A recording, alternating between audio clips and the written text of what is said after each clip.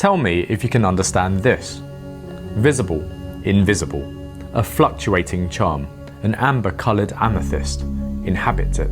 Your arm approaches, and it opens and it closes. You have meant to catch it, and it shrivels. What's the main theme? What do you think the mood is? What's the rhyme scheme? If you didn't quite manage to answer these questions, stick around, because by the end of this video, you will. Unseen poetry is a bit like doing something blind. If you're able to break down an unseen poem, just imagine how well you'll be able to break down poems in your anthology. Unseen poetry is the component that most students find the hardest, yet it receives the least amount of attention in school. This is precisely why we spend a lot of time going through unseen poems in our English classes.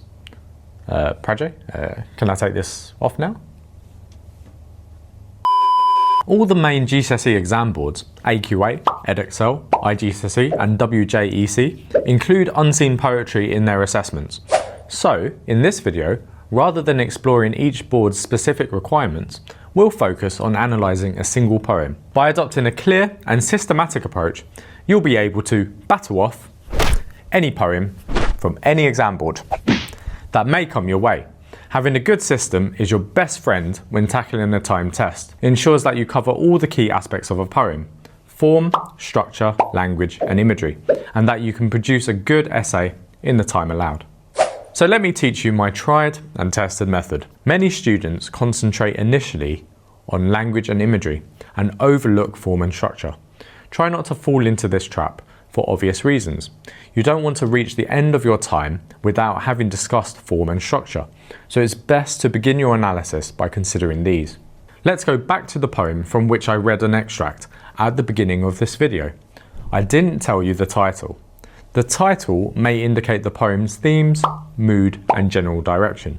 If it seems unclear, don't worry. Ambiguous titles are intended to spark your curiosity. A Jellyfish by Marion Moore.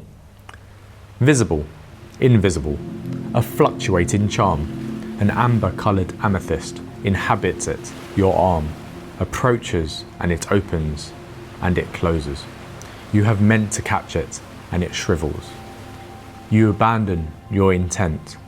It opens and it closes, and you reach for it. The blue surrounding it grows cloudy, and it floats away from you. How do you feel? Are you happy, sad, or maybe nostalgic? I don't mean generally in life. I mean read the poem and take a second to see how it made you feel. You feel a poem before you understand it. Take a moment to think about how this poem made you feel before you start analysing. Here's an example of how you may consider the title of the poem, A Jellyfish. It might convey certain moods, dreamlike, contemplative, or tense. Maybe some of the themes might be transience, adaptability, danger and beauty. And some of the ideas it may convey include duality, mystery, and existence. So take a minute to think about those themes, moods and ideas that are conveyed by the title. Next, let's look at how to analyse form and structure. Poems come in many forms and use several structural techniques with specific use cases. Being familiar with these will help inform your interpretation. So here are some relatively common poetic forms and how they're usually used. So you've got sonnets, and they're typically associated with love, tradition, or introspection. You've got free verse poems, quite a wide range, which suggests freedom, spontaneity, or modernity. You've got ballads, which are usually narrative driven and often quite musical. You've got haikus, which I've honestly never really seen in unseen poetry text, but it's good to know about.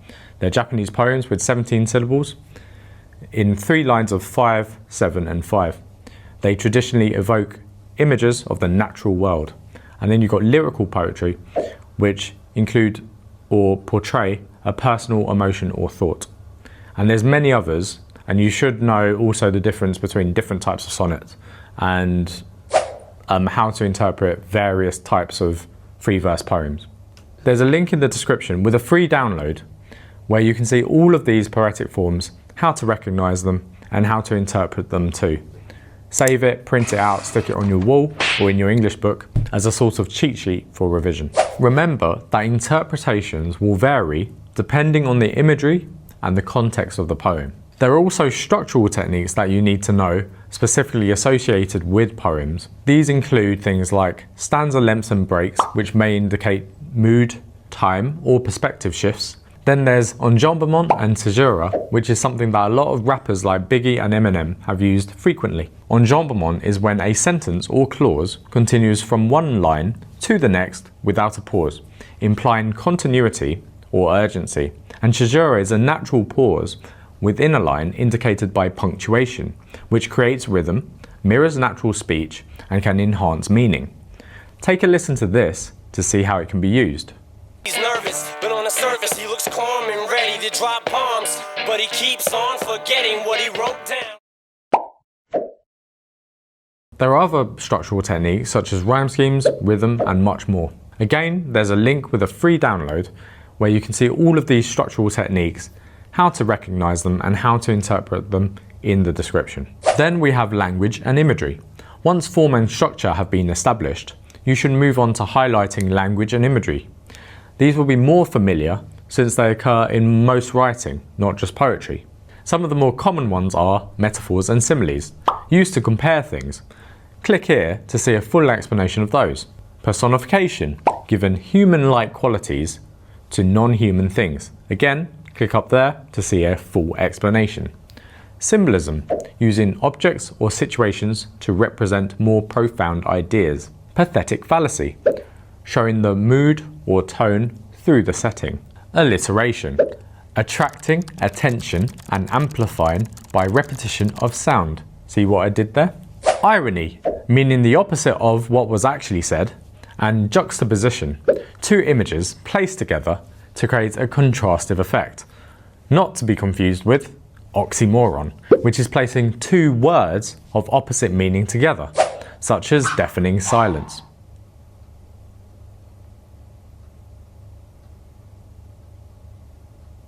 A helpful tip when discussing imagery is to choose a fitting adjective to describe it, rather than using the bare term imagery, images, or language. For example, if you're focusing on the jellyfish, you might refer to its ephemeral imagery or delicate language. This small addition enriches your writing and emphasizes the specific quality or mood you want to highlight. Okay, so you now know how to approach unseen poetry and all the things to look out for, as well as the technical details. Let's put our analysis skills to the test by addressing a question about this poem. We'll use a typical AQA question structure to assess this poem. In A Jellyfish, how does the poet present the elusive nature of the creature? And that's for 24 marks. I would suggest having a go at this question for yourself now. Feel free to rewind and look at everything mentioned so far in this video to help you. If you'd rather hear my answer, let's continue. First, I would approach the question by considering the idea of elusiveness. What makes something elusive? It might be difficult to find, potentially precious, or difficult to understand. Then you annotate the poem in detail for key features that fit into my 4-element framework. If you're unsure how to do this, we've asked one of our Year 11s to annotate this poem. Obviously, people have different styles and different ways of doing things, so do what makes the most sense for you.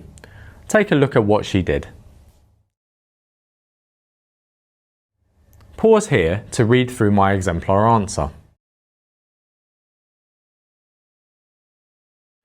Let's highlight some aspects that make this exemplar a strong response.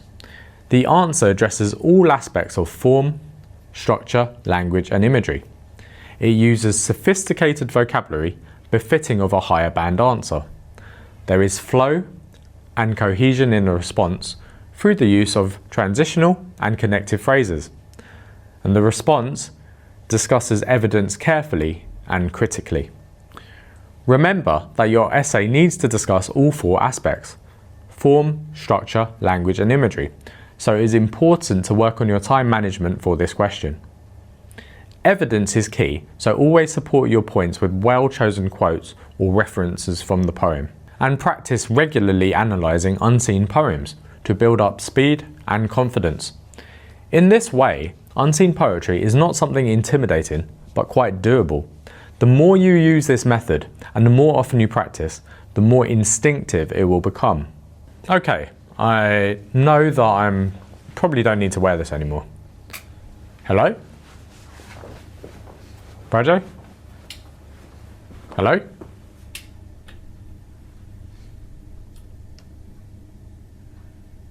Like and subscribe.